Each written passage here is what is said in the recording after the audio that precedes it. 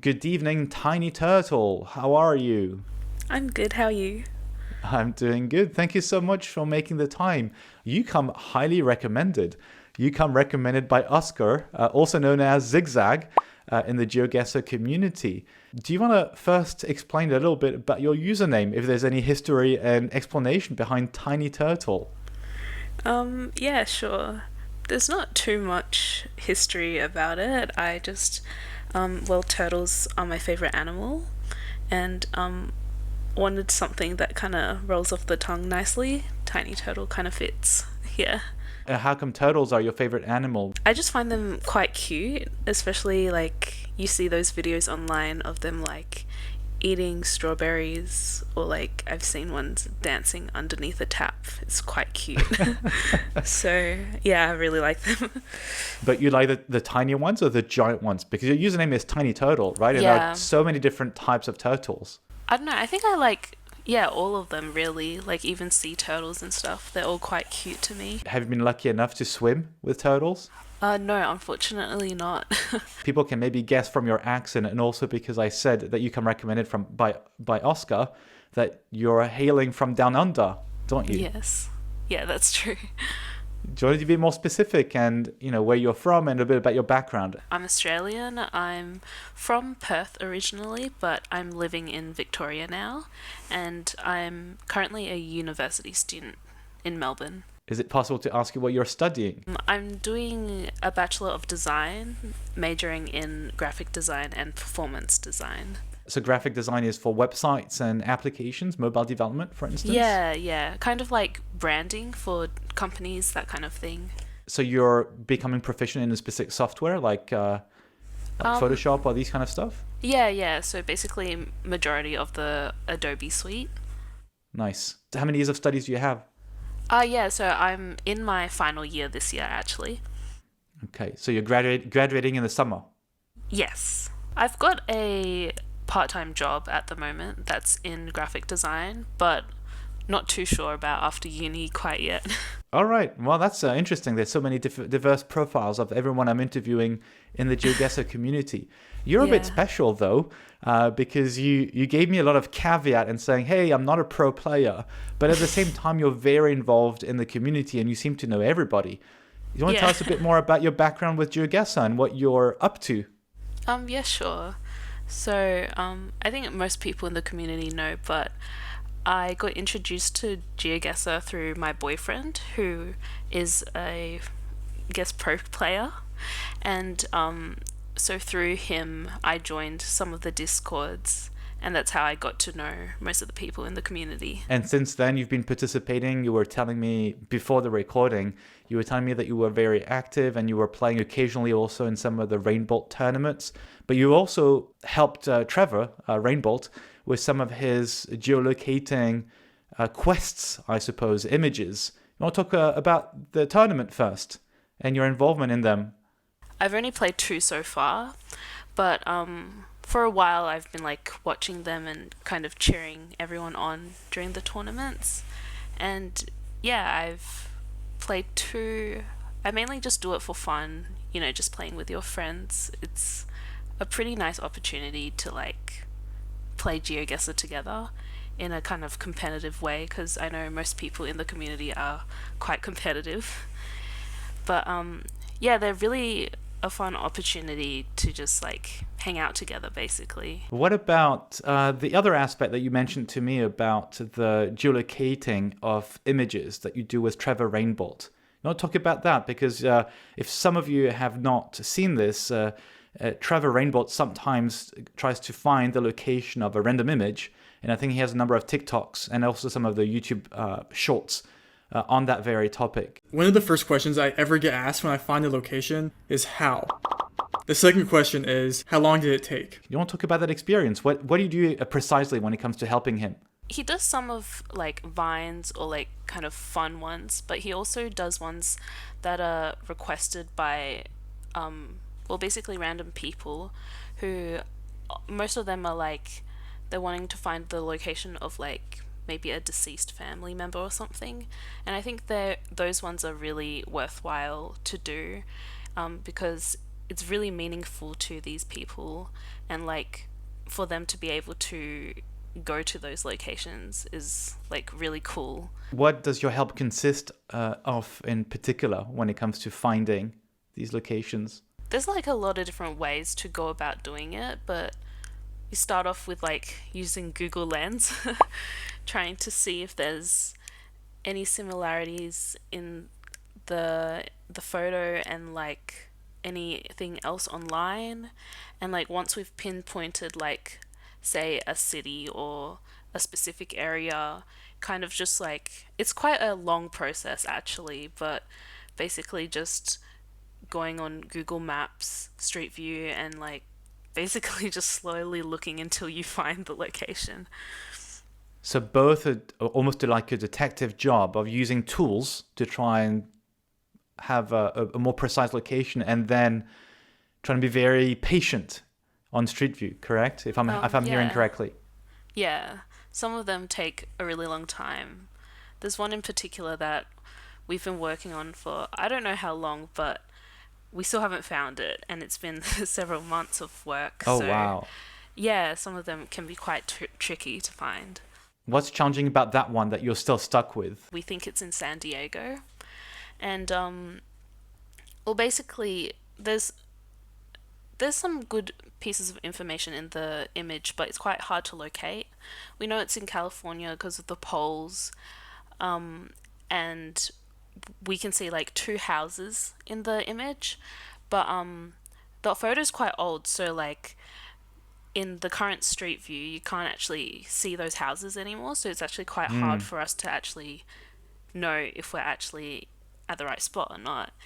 And well, we're not even exactly sure if it is in San Diego or maybe another place in California, so I mean that's a huge area to look at, so yeah, it's been taking a long time. What's your motivation in doing these location within images, trying to find the location? When we do end up finding it, Trevor will send like, you know, the location and stuff back to the families, and like the messages we receive back after that, they're like so grateful, and like it's really, I don't know, it's very motivational to like help someone do something nice for them, you know? And like that kind of makes me want to do it even more. You know what? In a couple of days, I'm lucky enough to be able to interview Trevor. So I'm going to ask him also a few questions around this, and I'll mention that's lovely. also your help. So it's going to be interesting, I think. So you know the community, as you told me, quite well. What are your thoughts about the community? What could be done better? I'm not going to ask you names of who's nice, who's not nice, because that's not the philosophy of what I'm doing with my questions. But I'm curious about what you think about the community and what could be done better, or how would you like to see the community evolve, if you have any ideas around this. I really like the community actually. I think it's really cool that like this game of GeoGuessr has like brought people from like all over the world, like different countries, and like studying different things, doing different stuff in life, and brought them all together. I have a pretty positive outlook on the community overall, because like I don't know, I think I'm quite good friends with most people in the community, I would like to say, and don't think too negatively on the community. I'm not sure what to improve, but like I guess in the pro community, like, because that's where I'm mostly involved in with like the Rainbolt tournaments and stuff like that, it would be cool to have like more of an integration between like pro players and maybe people who are just starting out in the game, that kind of thing.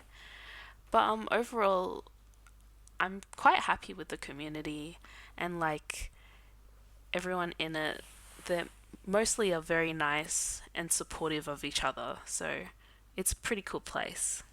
Do you feel there's too much of a chasm between the pro players and the one who are just starting? Is this what you're implying when you say you'd like to see maybe more connection between those who are maybe who have been around for a while and who are considered pros, and the ones who are beginners or maybe emerging as good players? Is this what you're implying, that there's a bit of a rift between the two, and you'd like to see this maybe solved in one way or another?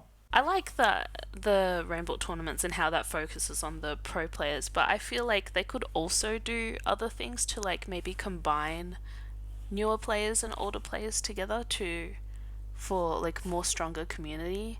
But I mean, I don't overall know too much about this and have that much to say on it as I don't really play it. But yeah, I don't know. I'm interested to see what like other people think as well regarding like trying to like make it more inclusive of like everyone who plays the game. Understood. Yeah, it makes sense. And, I can feel the same way because I started off a year ago, so I can relate to what you're saying. It's not, you can feel there's this almost closed circle of people who know Trevor and some of the more visible players, and it seems quite hard to break into that circle. And I speak from experience because I've started doing these interviews because I was invited, I think it was Ning and Party, who asked me to join a tournament. It's like, I don't know who they are. And I mean, I knew who they were from the Rainbolt tournaments. And it's like, why do they ask me? It was actually quite nice to play in some of the Discord tournaments. And that's how things started off. And I thought, oh, they're really nice. I'm going to interview them if they want to. So I can see what you're talking about, right? There's a bit of a closed circle, which is inevitable. Like I think in most communities, when you reach a certain level of experience or friendship among people, it's natural to get these groups going.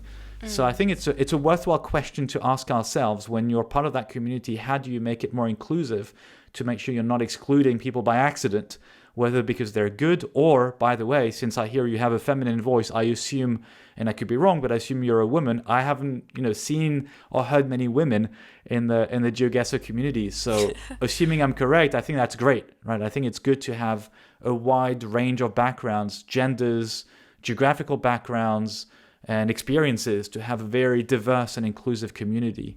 Yeah, I definitely agree. If you're down for it, I have prepared a list of thematic interviews. They're not necessarily related to GeoGuessr. It's also to make you laugh or make you think, or you can respond to these questions in a serious or non-serious manner. And of course, as always, you can skip any question you don't feel comfortable answering. I'm going to ask you for a number from 1 to 14. And the reason for this is because I've prepared 14 sets of questions. Okay, so sure. Choose a number. I'll go with the number 9. 9. All right. It's the interview called Up or Down. Are you ready? Okay, sure.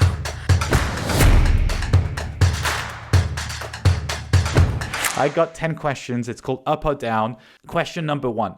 What has been the best moment in your life? It's gonna sound a bit cringe, but like meeting my boyfriend, Sponge. Well, that's TTS. nice. Yeah. Well, that's nice. It's not cringe. I don't know why you say this. I think it's very cute. It's very nice. Thank I'm you. sure he'll be delighted to hear it. You have to send the interview afterwards. That's very nice. When did you meet him? How did you meet him? Do you want to share more details? Yeah, well, we met in college, like residential college for university, almost 3 years ago.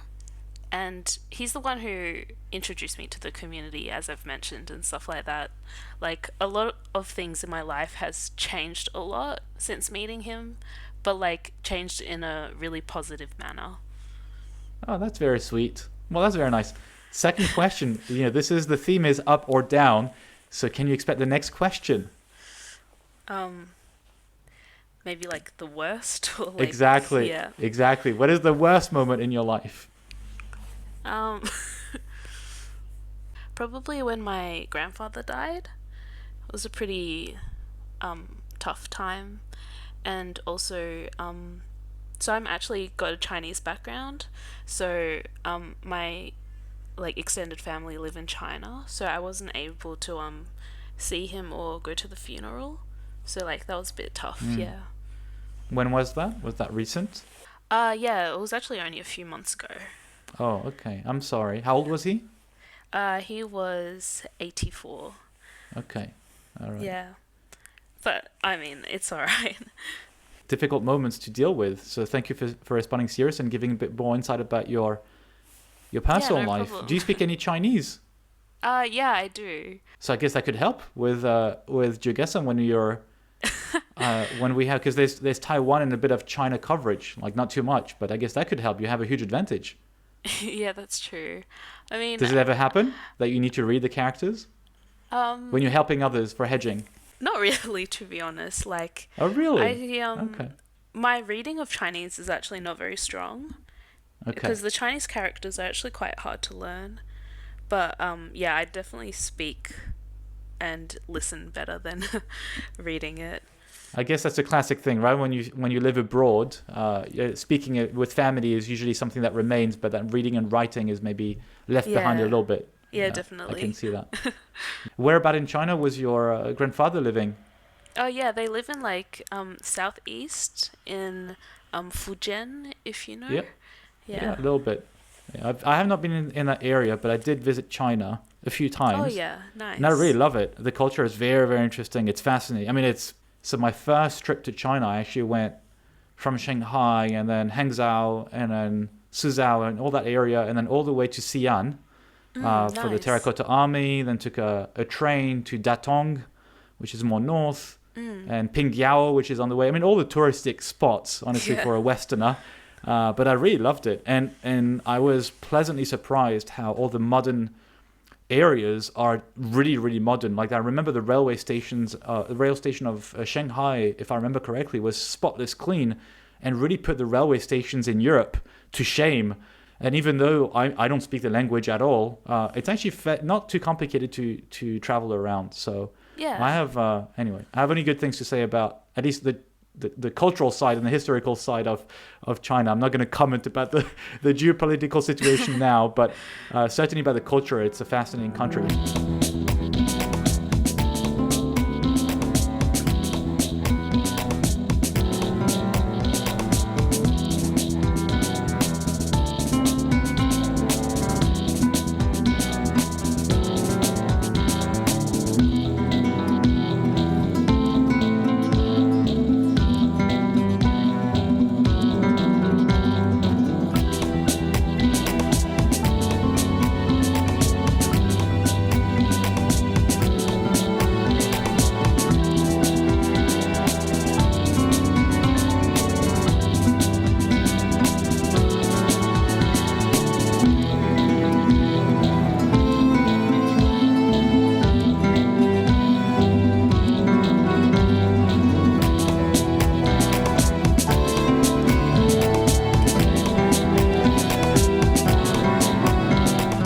Have you been able to visit yourself a Oh bit? yeah, I've been Okay. several times actually. Yeah. Okay, nice. All right, question number 3. What do you like the most about yourself? At least it's making you laugh, right? Yeah. I think I'm pretty easy to get along with. I feel like that's like a pretty positive trait about myself. Like, I'm quite nice, kind, like that kind of aspect. So I think I get along with people quite well, which I like. It certainly gives that impression. I mean, you're very approachable. You and I don't know each other, and you accepted for me to interview you. So for sure, you're approachable, which I think is a key step in people liking someone, right? If you're approachable, it makes it a bit easier. Can you guess the next question? It's up or down, the theme. What I dislike most about myself? Yeah, exactly. Honestly, probably my attention span. Like, I procrastinate a lot because like I can't really focus for too long, and like kind of gets in the way of things, to be honest. That's funny. Do you know there is research that shows that procrastination is okay, but under one condition only? Do you know what that condition is? Not sure. The condition is for you to get started. And I know it sounds paradoxical, but the point is, let's say you got something to do. You have a paper to submit to university, and you're procrastinating until the last minute. Actually, a good way to go around procrastination is to get started with a plan, a draft of some kind. It can be just a few minutes. And the reason to do this is it will stay in your brain. You have this magical thing called your brain, and when you're in the shower and whenever you're doing something else, it will keep thinking about it, whether you like it or not. Yeah. So as long as you get started and you start thinking about something, then it will make it much easier to come back to it, because your brain in the meantime will start, reflecting on it and maybe finding new ideas. You know, this shower moment when you have a new idea or you think about something, that's exactly what I'm talking about. It's not me, by the way. It's research which has shown this about procrastination. So don't feel bad about procrastination. But the one thing that people can do about it is get started, at least with a little something. Have a draft, have an outline, have a plan, and then let the brain do the work a little bit when you're doing other things, like more fun things. So I don't know, I like to share that piece of research. I think I've read it in one of Adam Grant's books. Adam Grant is a psychologist from the US, a professor, and he's written a bunch of bestsellers. Anyway, cool. That's the whole thing about this. What makes you laugh the most in life? It's actually really easy for me to laugh, to be honest. I don't know, probably just like random conversations with friends, I guess, makes me laugh. Yeah. What makes you laugh the least? I guess other people's like trauma, or like when like the people around me are sad or like upset with something, it will also make me feel quite down. Because I care a lot about the people around me, so like, yeah, I guess that would work. That's fair. Next question is an easy one for you. If you're consistent, let's see. What's the love story? The love story that you liked the most? It can be yours, can be someone else's, by the way. Actually, I just realized when I wrote that question. Is it silly if I say my own? That's not silly at all. At least it's consistent with what you said for the best moment of your life. Yeah. Next question. What is the love story you disliked the most?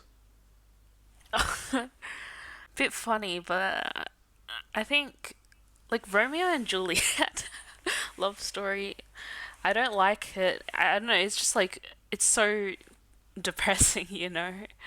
Like they were so in love, but then like, what a tragic ending.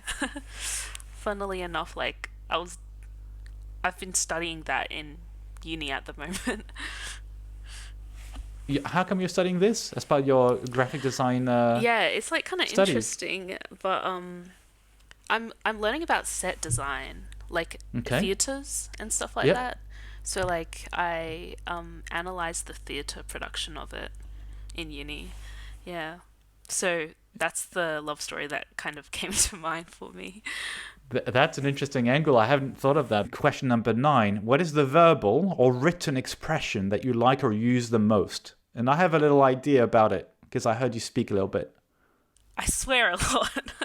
Oh, really? So that's like, yeah. So like, you sound all nice and polite and proper, and you swear a lot. That's a discovery. I think it's part of the Australian in me. It's kind of, quite common here. But yeah. Is it? I do use swear words a bit too much.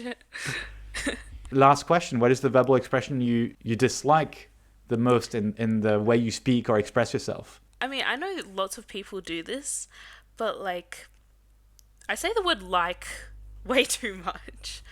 Definitely. I feel like that's really common, that when you're trying to think of what you're trying to say, you end up using words like or and stuff like that. Yeah, and filler words. I really hate that I use filler words that much.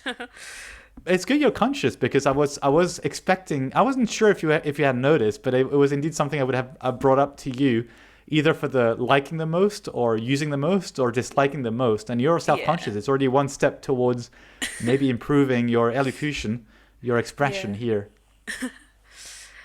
Yeah, I definitely need to improve on that. Oh, you don't have to. I mean, it's just my interview is just a fun one, but it's funny that you're self-conscious. A lot of people are oblivious to the way they speak and the little filler words that they may be using to express themselves. So it's interesting that you're conscious about it. Yeah. That's it. You've done the 10 questions. You've succeeded because you've actually answered every single question, which were not necessarily the easiest. Some of them made you laugh. Some of them you were more serious about. Thank you really a lot for playing along. I think it was very interesting. It got to shine a light on your personality and your background a little bit, to the extent that you were willing to share, obviously. But I think it's very interesting. So thank you to you. Yeah, that was lovely. Thanks.